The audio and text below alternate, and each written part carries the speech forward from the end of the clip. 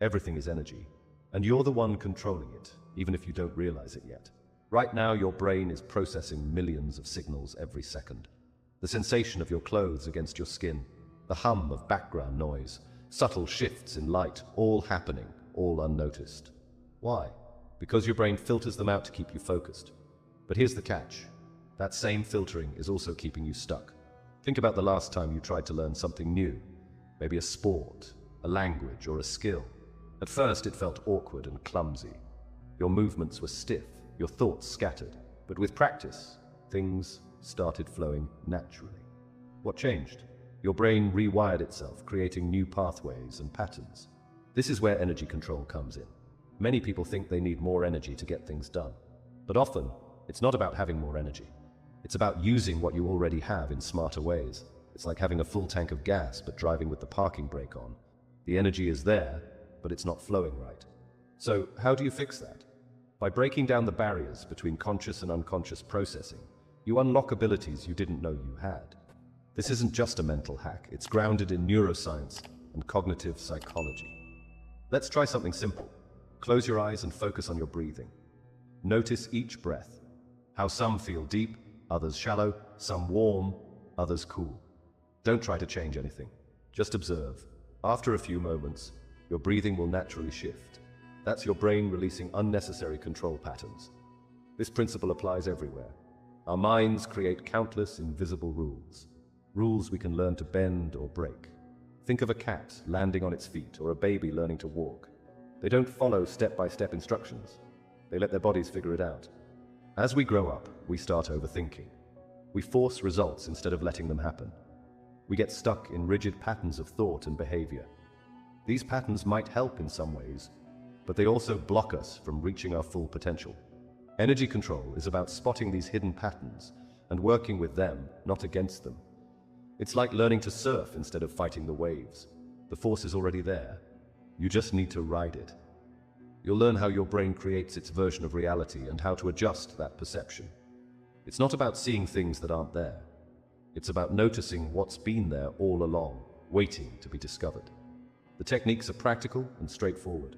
No fancy tools, no years of training, just clear steps that build on each other, giving you results from day one. Think of your mind like a camera lens.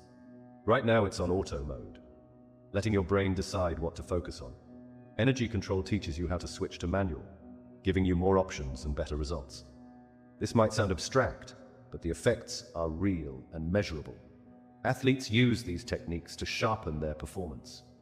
Musicians use them to play with precision.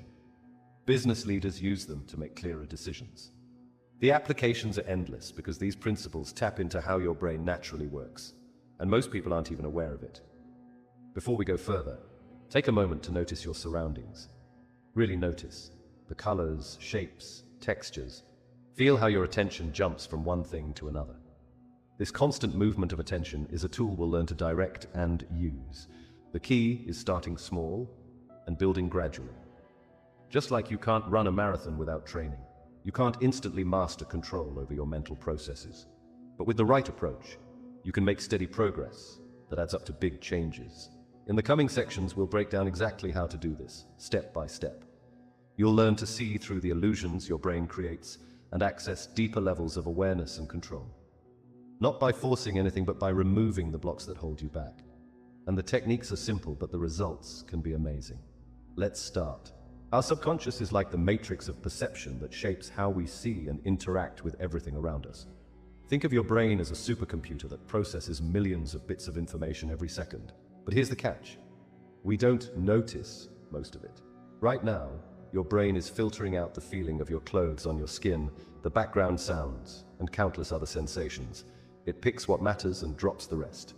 This filtering system helped our ancestors survive by focusing on threats and food, and we still use it today.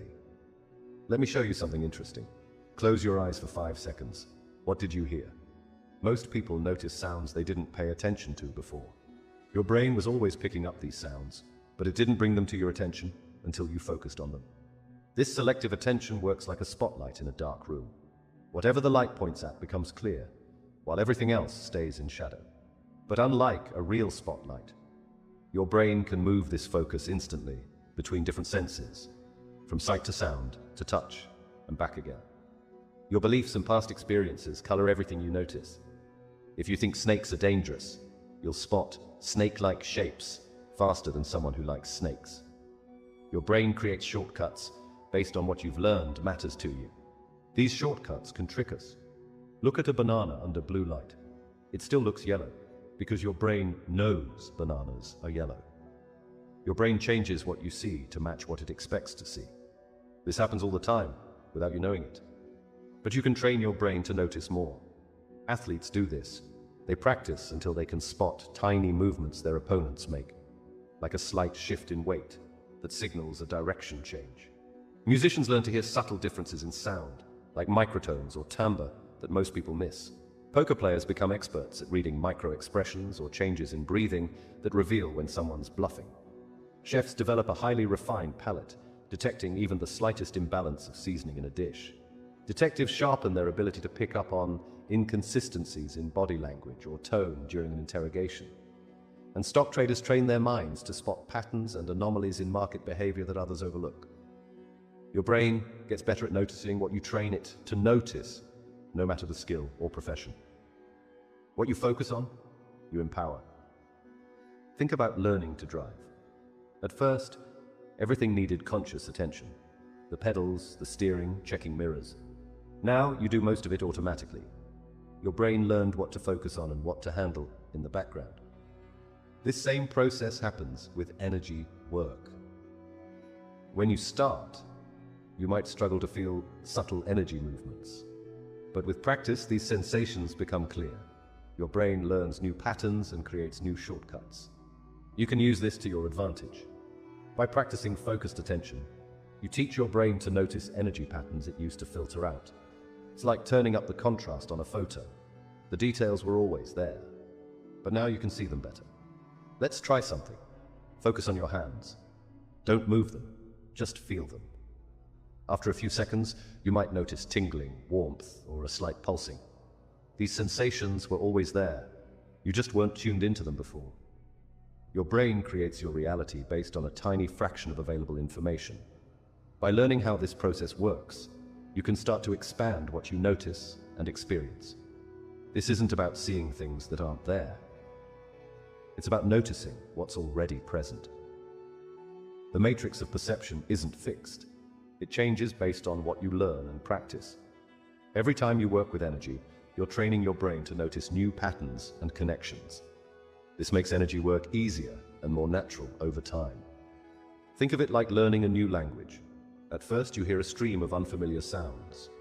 With practice, you start picking out words, then sentences, then subtle meanings. The sounds didn't change. Your brain learned to organize them differently. Energy work follows the same pattern. The sensations you'll learn to feel aren't new. They're part of your normal sensory input. What changes is how your brain processes and presents this information to your conscious mind. This is why different people can have different experiences with the same energy technique. Their brains have learned to notice and interpret sensations in their own ways. There's no wrong way, just different patterns of perception. Understanding how your brain filters and processes information lets you work with this system instead of against it. You can use your natural perception patterns to build new skills more effectively. As we move forward, keep in mind that everything you learn will become part of your perception matrix. Each new technique and experience will help your brain create better shortcuts for working with energy. This makes each step easier than the last. The matrix of perception is your foundation for all energy work. By working with it instead of fighting it, you make learning easier and results more consistent. Let's build on this as we explore how these patterns connect to quantum reality. The quantum world breaks all the rules we know from our daily lives. Things can exist in many places at once. Particles can connect across space instantly, and the act of looking at something changes it. These aren't just weird ideas. They're how reality works at its smallest level. Think about a coin spinning on a table. In our normal world, it's either heads or tails when it stops. But quantum particles can be like a coin that's both heads and tails at the same time. Scientists call this superposition bizarre, where something exists in multiple states until we measure it. This isn't just a strange theory. We use quantum mechanics in many modern technologies. Your phone's processor relies on quantum effects. GPS satellites need quantum calculations to give accurate locations. Even photosynthesis in plants uses quantum processes to turn sunlight into energy. One of the most fascinating parts of quantum physics is how particles can link together in ways that seem impossible. Two particles can become entangled, so that affecting one instantly affects the other, no matter how far apart they are. Einstein called this spooky action at a distance, because it seemed to break his rule that nothing can travel faster than light. But the quantum world isn't just about tiny particles. Its effects show up in bigger things too. Scientists have made visible objects enter quantum states. They've put tiny mirrors, small pieces of metal, and even living bacteria into superposition. This makes the line between the quantum world and our everyday world not as clear as we once thought. The quantum world also questions what we mean by reality. Is something real if we can't observe it? If a quantum particle can be in two places at once until we look at it, what does that tell us about the nature of existence? These questions push us to think differently about what's real and what's possible. Some scientists think quantum mechanics might explain how our brains work. The idea is that quantum processes in our brain cells could help explain consciousness, how we think and feel. While this is still debated, it shows how quantum physics might connect to every part of our lives. The math behind quantum mechanics works perfectly, but what it means is still debated. Some think there are many parallel universes where different possibilities play out. Others believe our consciousness creates reality by observing it. These different interpretations all fit the math, but they paint very different pictures of reality. Quantum technology is starting to change our world. Quantum computers can solve certain problems much faster than regular computers. Quantum cryptography offers unbreakable codes for sending secret messages. Quantum sensors can detect tiny changes in gravity, magnetic fields, and time itself. The quantum world also shows us how connected everything is. In quantum physics, empty space isn't really empty. It's full of virtual particles popping in and out of existence. Everything affects everything else. We can't separate the observer from what's being observed. This connects back to how we see reality. Our brains process information about the world, but quantum physics suggests that the act of observation helps create the reality we see. The world might not be as solid and separate as it appears. Looking at quantum physics changes how we think about cause and effect. In the quantum world, effects can come before causes. Particles can influence their own past. Time itself becomes more flexible than we usually think it is. These ideas might seem strange, but they're supported by countless experiments. Every time scientists test quantum theory, it proves correct. The weird quantum world is the real world. We just don't usually notice it because we're too big. Scientists keep finding new quantum effects and applications.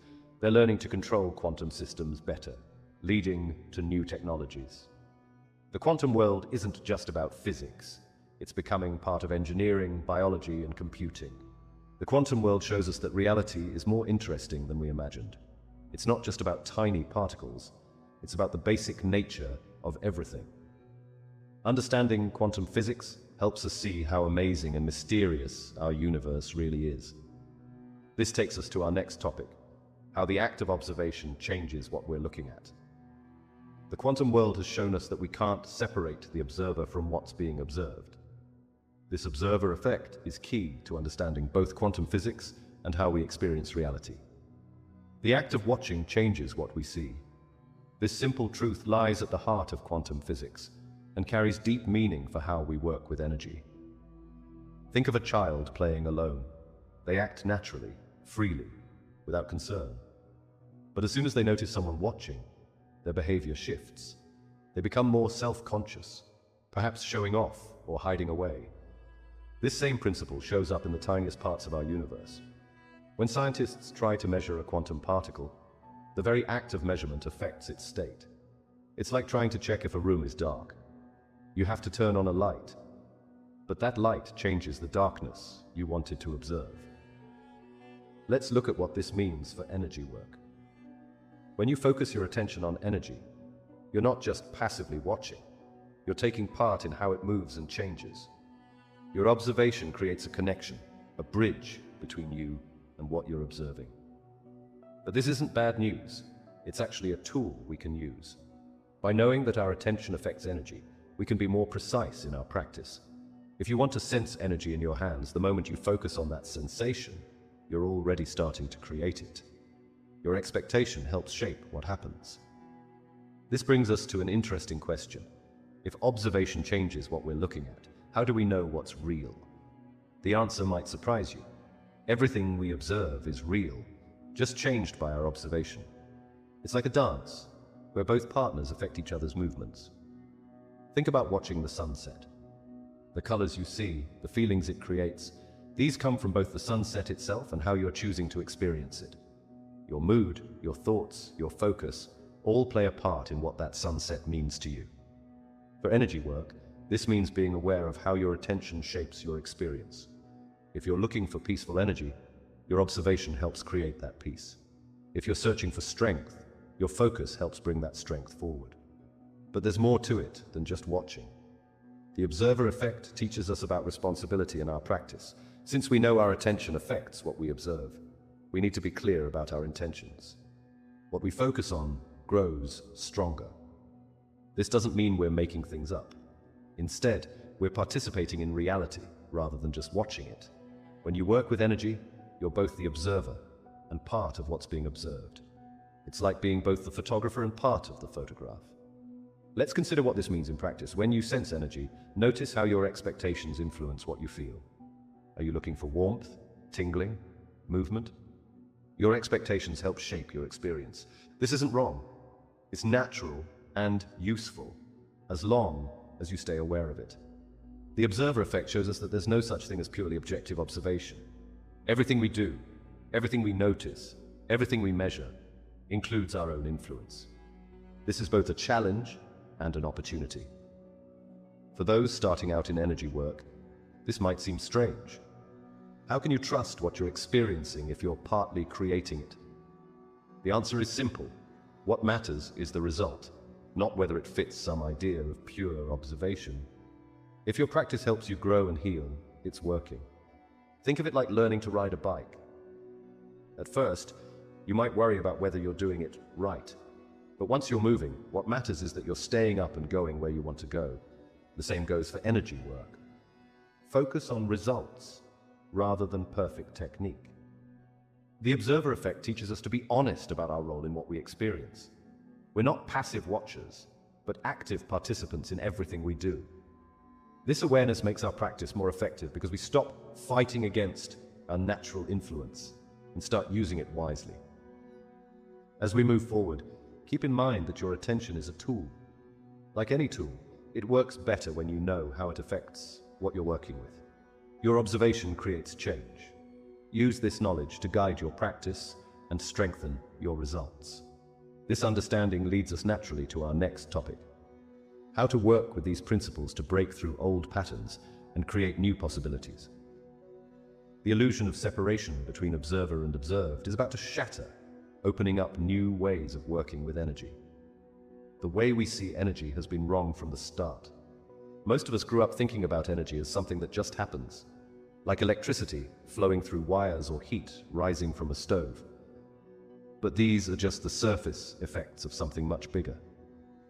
Think about what happens when you turn on a light switch. We say electricity flows from the power plant, through the grid, into your home and makes the bulb glow.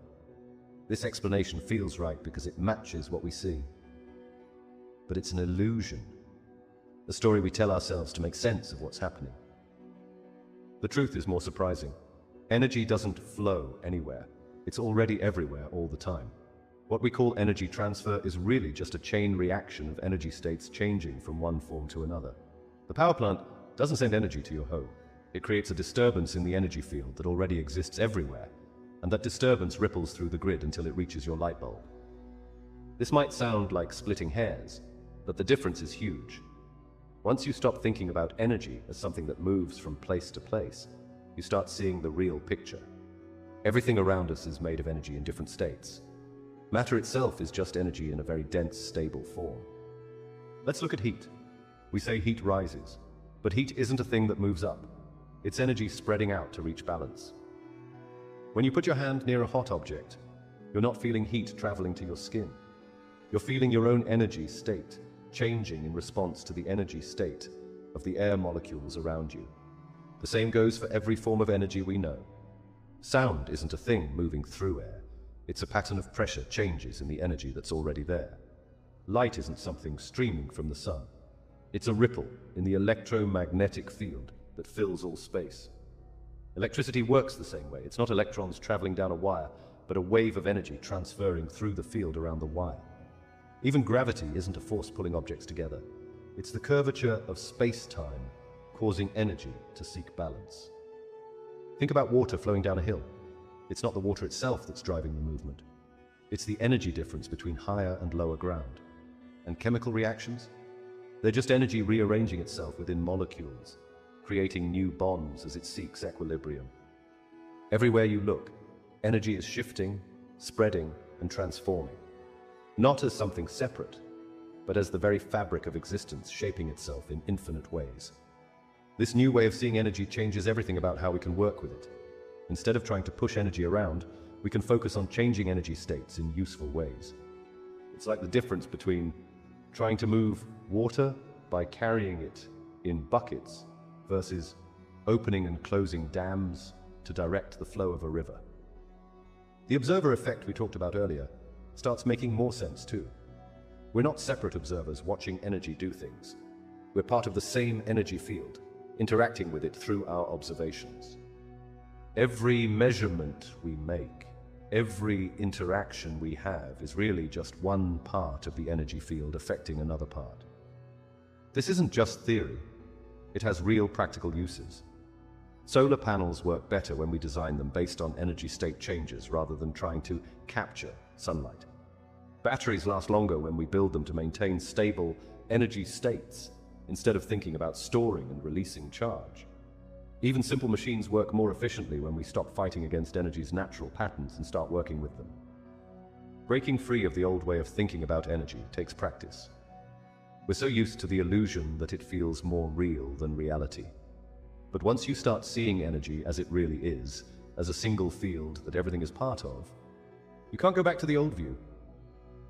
The next time you see any kind of energy in action, try to look past what your eyes tell you is happening. Don't see things moving or flowing. See energy states changing in a connected field. Don't think about separate objects interacting. Think about different parts of the same system affecting each other. This shift in perspective opens up new possibilities for how we can use energy.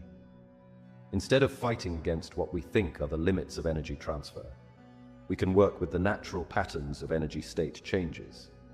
We can stop wasting effort trying to move energy around and focus on creating the right conditions for useful energy state changes to happen on their own. The illusion of separate energies moving between separate objects has held us back for too long. By breaking free of it, we can start working with energy as it really is, a single interconnected field that we're all part of. This isn't just a different way of thinking about energy. It's the key to using it more effectively than ever before. Your brain is like plastic. It can change and grow. Scientists call this neuroplasticity. Every time you try something new, you create new pathways in your mind. These paths can replace the old routes that led to limitations in your energy field.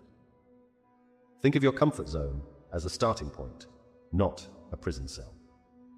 Each step outside makes the zone bigger. The walls start to fade. What seemed impossible becomes possible. But watch out for the sneaky ways your mind tries to rebuild those walls. It might say, "That was just luck," when you succeed. Or, "This is too hard," when facing challenges. These thoughts are just echoes of the old prison. Look at children playing. They become pirates, astronauts, doctors, and dancers without doubting themselves. They haven't learned to limit their possibilities yet. That freedom still exists in you. It's just hidden behind walls of doubt. Your senses filter reality based on what you expect to see. If you believe something's impossible, your brain might miss opportunities right in front of you. It's like wearing sunglasses indoors and wondering why everything looks dark. Breaking free takes practice. Start noticing your automatic no responses. Question them. Ask yourself, is this true? Or is it just what I'm used to believing? The walls of your perception prison weren't built in a day, and they won't come down in a day either. But every time you question a limitation, try something new, or push past comfort, you weaken those walls. Your true limits are far beyond what your mind tells you. Think of someone who inspired you by doing something impossible. They faced the same mental walls, but chose to push through them. The prison guards are your own thoughts. They patrol the walls with weapons of doubt, fear, and old habits. But you hold the key to the cell. You can choose different thoughts, take different actions, and write a new story. This isn't about positive thinking. It's about accurate thinking. See things as they are, not as your fears paint them. Notice the opportunities your mind might be filtering out. Your perception of prison might feel solid, but it's made of paper-thin thoughts. You can tear through them with questions, curiosity, and small, brave actions. Each step makes you stronger. Each wall you break shows you what's possible. The world outside your perception prison is bigger than you imagine. It's filled with possibilities your mind might have hidden from view. The door is unlocked. The walls are ready to fall. You just need to take that first step. The quantum mirror shows us something strange about how energy works. Think of a mirror in your bathroom. When you look at it, you see yourself looking back. But what if that mirror could show you all the different ways energy moves and changes? Let's say you're standing in front of this special mirror. Instead of seeing just one reflection, you see countless versions of the same scene. Each reflection shows energy moving in slightly different ways. In one reflection, heat rises from your body in red waves. In another, electrical signals pulse through your nerves in blue sparks. In yet another, the atoms in your cells vibrate and dance. This mirror doesn't just show us what's happening now. It shows us what could happen next. Like ripples in a pond, each tiny change in energy creates new patterns and possibilities. When you move your hand, the mirror shows hundreds of possible paths that energy might take. But here's the weird part. The mirror doesn't just show us these things. It actually affects them too. Just by looking into the mirror, we change how energy moves. Scientists found this out when studying tiny particles. The act of watching them changed how they acted. Think about throwing a ball. Usually you can predict where it will go based on how hard you throw it. But in the quantum world of very tiny things, it's different. The ball could end up in many places at once, and looking at it forces it to pick just one spot. The quantum mirror teaches us that we're not just watching energy, we're part of its dance. Every time we measure something, observe something, or try to control energy, we change it.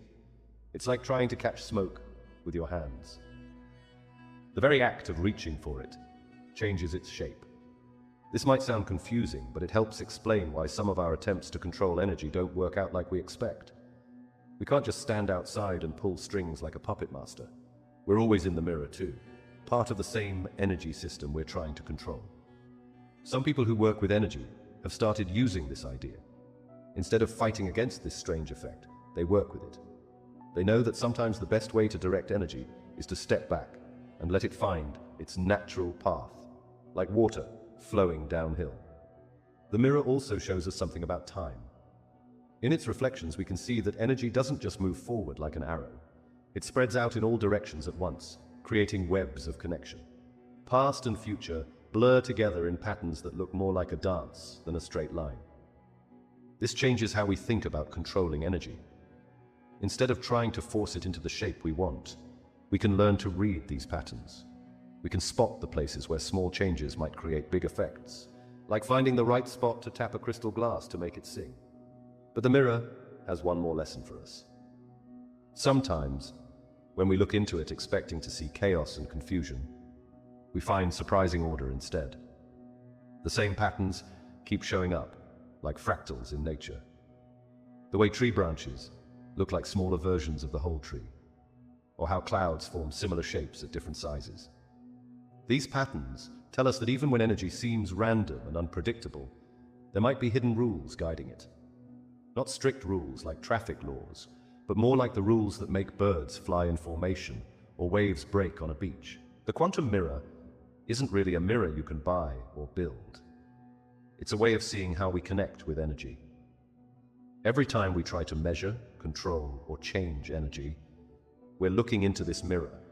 And what we see looking back isn't just energy, it's ourselves connected to everything else through countless threads of cause and effect. This view changes everything about how we work with energy. We stop thinking about energy as something separate that we need to control. Instead, we start seeing ourselves as part of energy's flow. Like a leaf in a river, we can guide our movement, but we're still part of the current. The next time you work with energy, imagine looking into the quantum mirror. See all the possibilities spreading out from each moment. Notice how your attention changes what you're watching. And remember that you're not just watching the dance of energy, you're dancing too. The act of watching changes what we see. This simple truth lies at the heart of quantum physics, but it also shapes our daily lives in ways we rarely notice. Think of a child playing alone. They move freely, dance without care, talk to themselves. Now watch them openly. Their behavior shifts. They become more self-conscious, perhaps showing off or hiding away. This same principle works inside our minds. When we pay attention to our thoughts and feelings, they transform. A headache feels different once we focus on it. Our breathing pattern changes as soon as we notice it. Our walking style adjusts when we think about how we're moving. Scientists discovered this effect while studying tiny particles. They found that measuring a particle's position affected its speed, and measuring its speed changed its position. You couldn't know both at once. The very tools used to observe changed what was being observed. But this isn't just about physics. It's about how we experience life. When you're caught up in anger, you're inside the emotion. The moment you step back and notice, I am feeling angry, something shifts. The anger doesn't vanish, but your relationship to it changes. You're no longer completely identified with it. This creates a fascinating opportunity. By becoming aware of our patterns and how we react, think, and feel, we can introduce a gap between stimulus and response. In that gap lies our freedom to choose differently. Consider what happens when you catch yourself starting to worry. Usually, worry thoughts chain together automatically. One fear leads to another and another. But if you can spot the pattern starting, you can pause it. The simple act of noticing breaks the spell. The same goes for physical tension. Most of us walk around with tight shoulders or a clenched jaw without realizing it. The moment we become aware, we can let go. The observation itself becomes the solution. But there's a catch. We can't observe everything at once. Like those quantum particles, some aspects of our experience become clearer, while others grow fuzzy. That's okay. We can shift our attention as needed, like adjusting the focus on a camera. This brings us to a practical question.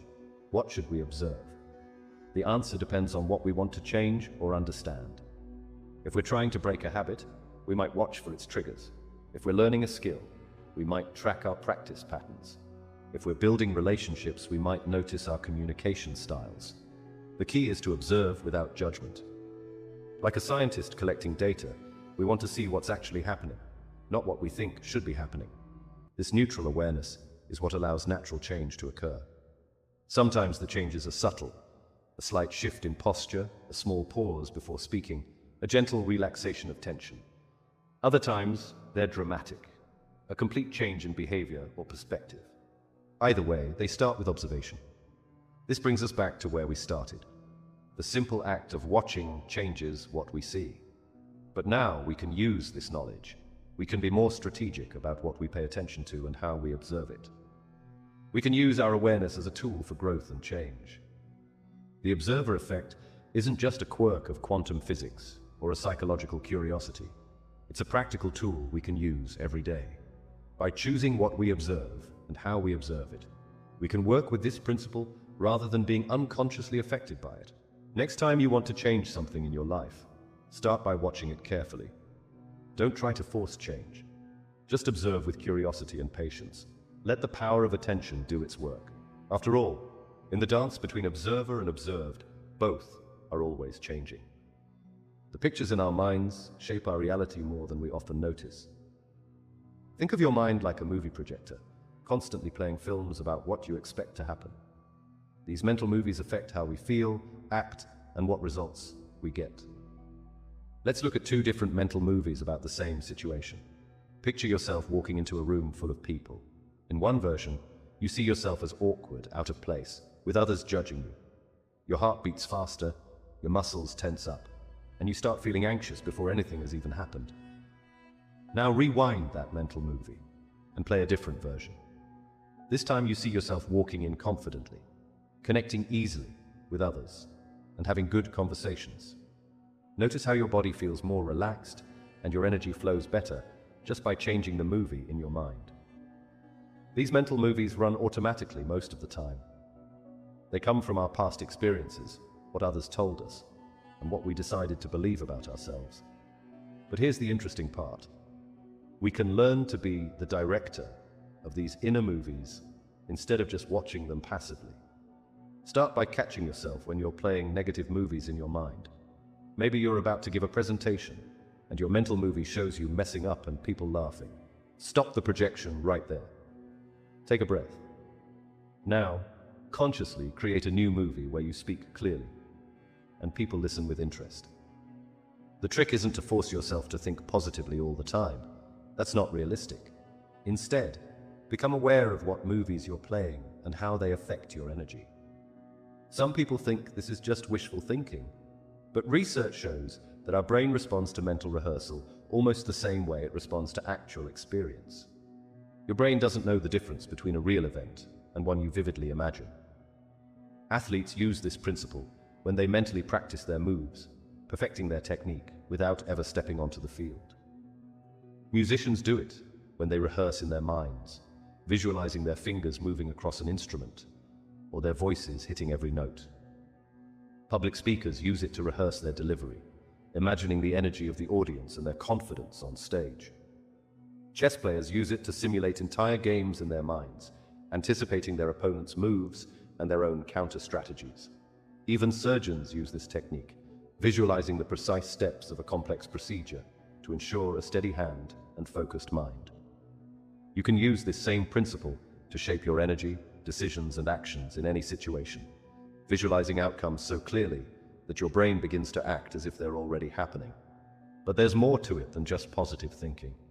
The key is to create mental movies that feel true to you, not fantasy scenes that your mind will reject. If you're learning something new, don't imagine yourself being perfect right away. Instead, see yourself improving step by step, handling challenges with growing skill. Let's try something practical. Think of a situation coming up that usually makes you nervous. Notice what movie your mind automatically plays about it. Now, don't try to jump straight to a perfect scenario.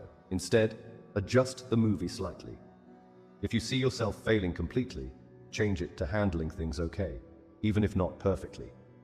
If you picture others criticizing you, adjust it to them being neutral or mildly supportive. Make these new mental movies as detailed as possible. What do you see? What sounds are there? How does your body feel? The more senses you involve, the more real it becomes to your brain. Practice playing these improved versions several times a day. You're not trying to fool yourself. You're training your brain to consider new possibilities. This practice changes your energy field. When you consistently run more supportive mental movies, your nervous system calms down. Your body language changes. You send out different signals to others. And often, reality starts matching your new mental movies more closely. Remember those times when you worried endlessly about something, creating detailed disaster movies in your mind? How much energy did that waste? Now imagine using that same mental power to create helpful scenarios instead. You're not denying challenges might happen. You're just choosing where to focus your mental energy. This isn't about never having negative thoughts. It's about recognizing that you have a choice in what mental movies you play and replay. Each time you catch yourself running an unhelpful movie, you have a chance to change the script. Over time, this becomes more natural. Your mind will still create automatic movies based on old patterns. That's normal. But as you practice being the director of your mental movies, you'll get better at quickly noticing when the old projector starts running and choosing to play something more helpful instead. This skill builds a bridge between where you are now and where you want to be, one scene at a time. The mind creates a constant stream of thoughts, images, and stories. but there's something deeper watching it all unfold. This watching presence is what we truly are. When we recognize this, we start to see that our thoughts and the world they paint aren't as solid or serious as they seem. Think of it like sitting in a movie theater.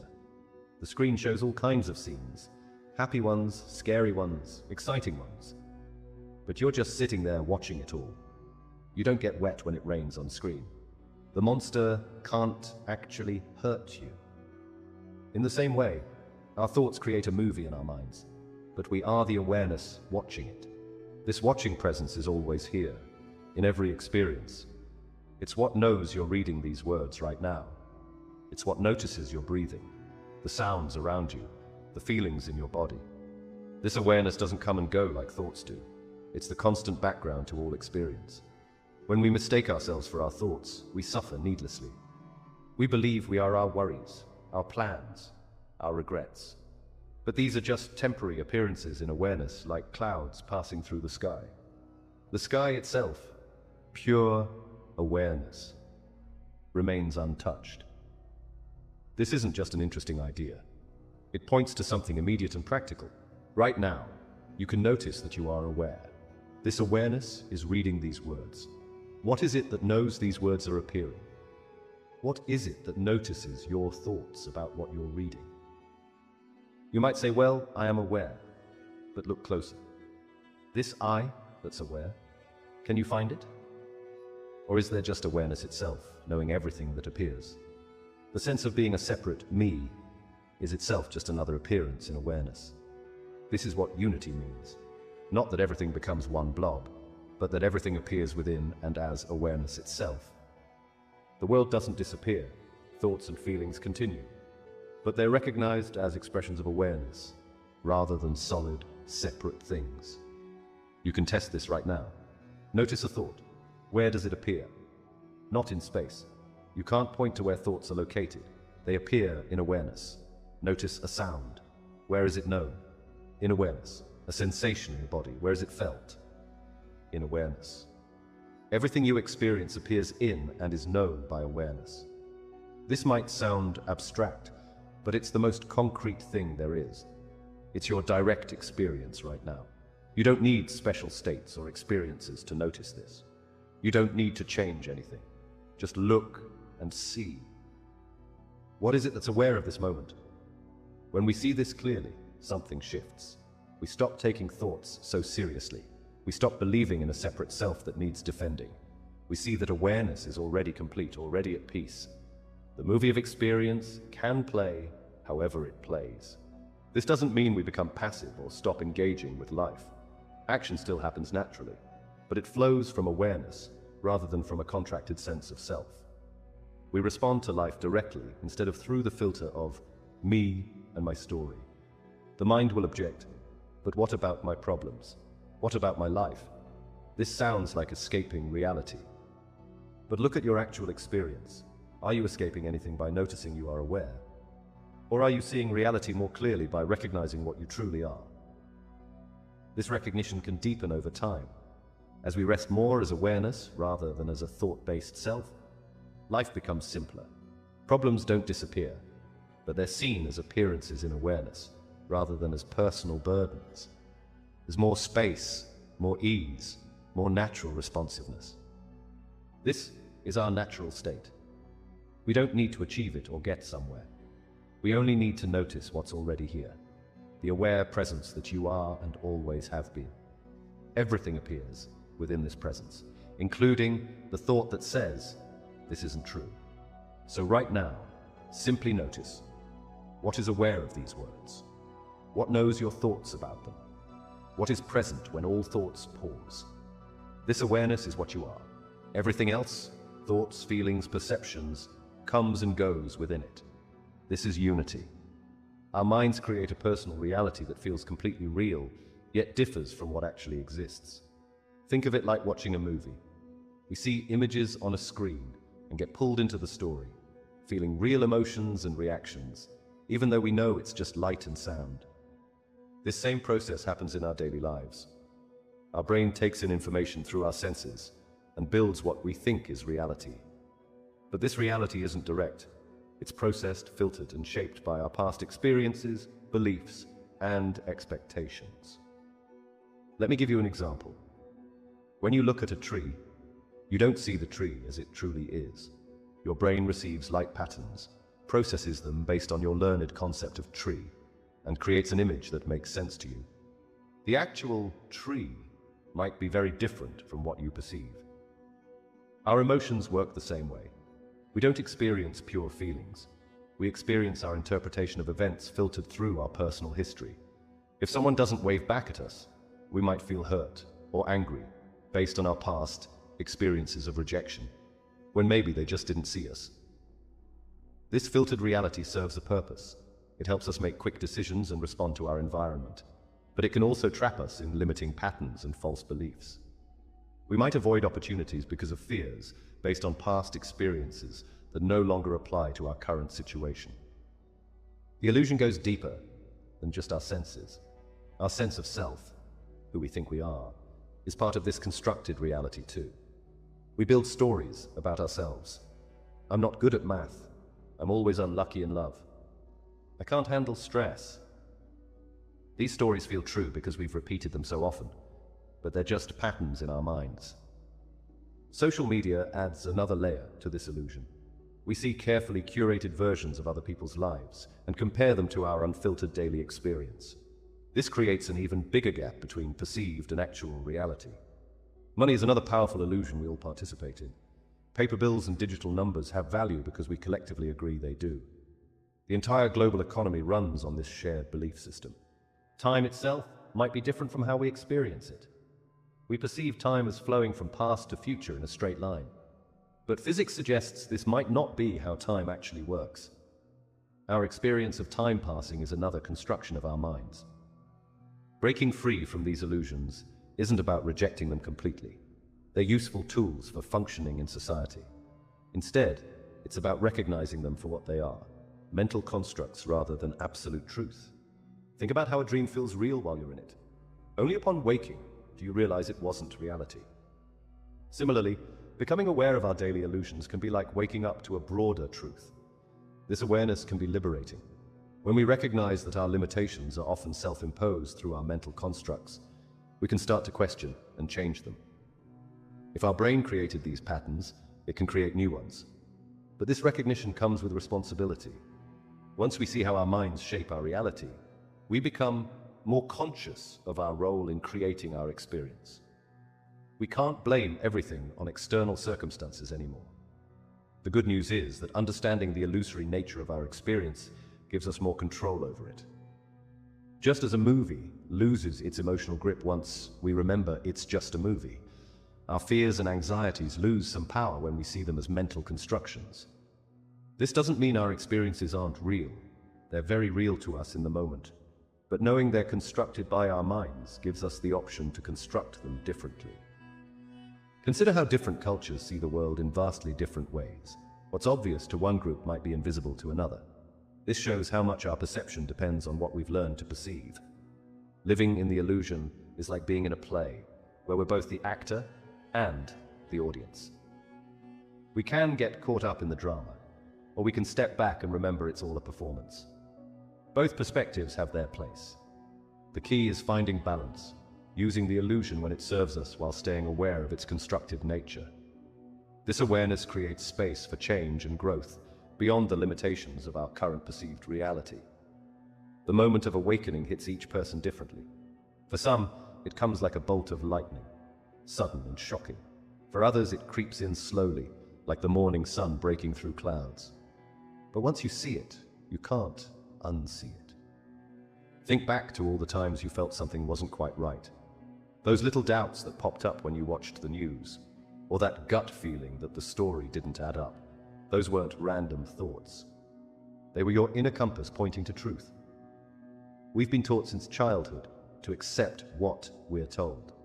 School trained us to memorize rather than question. Media feeds us pre-packaged views rather than raw facts. The system rewards compliance and punishes independent thinking. But deep down, we all sense these invisible chains. The real truth is simple. We are born free, not just legally free, but free in mind and spirit. No one has the right to control your thoughts, limit your potential, or force you down a path you didn't choose. Yet that's exactly what happens, through subtle manipulation, every single day. Look at how we live now. We wake up to alarm clocks, rush to jobs we often hate, buy things we don't need, watch shows that numb our minds and go to bed exhausted, only to repeat it all again tomorrow. We're told this is normal, this is success, this is life. But is it really? The truth is that we have far more power than we've been led to believe. Our thoughts create our reality. Our focus shapes our experience. Our choices determine our path. But we've given this power away, bit by bit, until we forgot we ever had it. The good news is that this power never truly leaves us. It stays dormant, waiting to be reclaimed. And reclaiming it starts with one simple step: questioning everything. Not from a place of paranoia, but from a place of honest curiosity. Ask yourself, why do I believe what I believe? Who benefits from me believing this? What would change if I believed something different? These questions crack open the shell of illusion and let light stream in. As you start asking questions, you'll notice patterns. You'll see how fear is used to control behavior, how artificial scarcity creates competition, how distraction keeps us from looking too closely at what really matters. The pieces start fitting together. But here's what they don't want you to know. Awakening isn't just about seeing what's wrong. It's about recognizing what's possible. When you break free from mental chains, you tap into creativity you didn't know you had. You find strength you forgot existed. You rediscover your true self. This awakening comes with responsibility. Once you see the truth, you can't go back to sleep. You become responsible for your own growth, your own choices, your own path. No more following blindly, no more accepting without questioning. Some people will resist your awakening. They'll call you crazy, tell you to stay in line, try to pull you back into the old patterns. This is normal. Change makes people uncomfortable, especially when it challenges their own beliefs. Stand firm in your truth, not with anger or judgment, but with calm certainty. The truth doesn't need defending. It simply is. Your role isn't to convince others, but to live authentically and let your example speak for itself. Start small. Question one belief today. Change one habit tomorrow. Take one step toward authenticity next week.